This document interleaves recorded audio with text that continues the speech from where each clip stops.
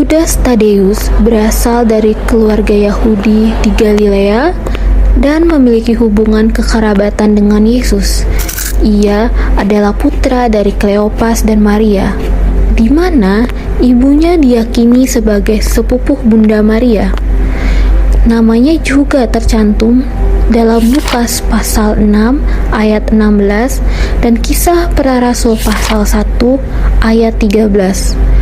Meskipun tidak banyak kisah yang mencatat pelayanannya dalam Alkitab, Yudas Tadeus dikenal sebagai murid yang setia, rendah hati, dan tekun dalam pelayanan.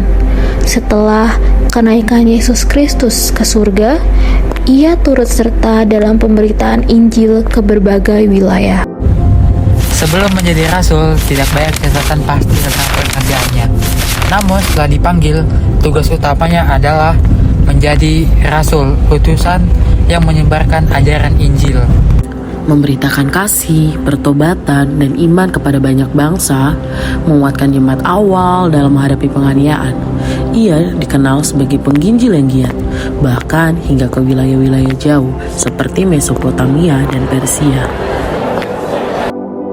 Ada sisi positif dari seorang tokoh Yudas Tadeus, yaitu yang pertama, menunjukkan kesetiaan dalam mengikut Tuhan Yesus hingga akhir pelayanannya. Kedua, memiliki sikap rendah hati meskipun tidak seterkenal Rasul Petrus atau Yohanes. Ketiga, penuh rasa ingin tahu rohani, berani bertanya untuk memahami kebenaran. Ayat dari cerita hidup Tadeus terdapat dalam Yohanes pasal 14 ayat 22 yang berbunyi demikian. Tuhan, mengapa engkau hendak menyatakan dirimu kepada kami dan bukan kepada dunia? Berapa motivasi yang bisa kita teladani dari Tadeus? Seperti tidak semua yang setia akan terlihat, tetapi setiap kesetiaan selalu berarti. Jika peranmu terasa kecil, ingatlah bahwa kebenaran tidak diukur dari sorotan, melainkan dari keteguhan hati dalam menjalankannya. Selain itu, kesetiaan dalam melakukan pekerjaan Tuhan lebih utama daripada popularitas.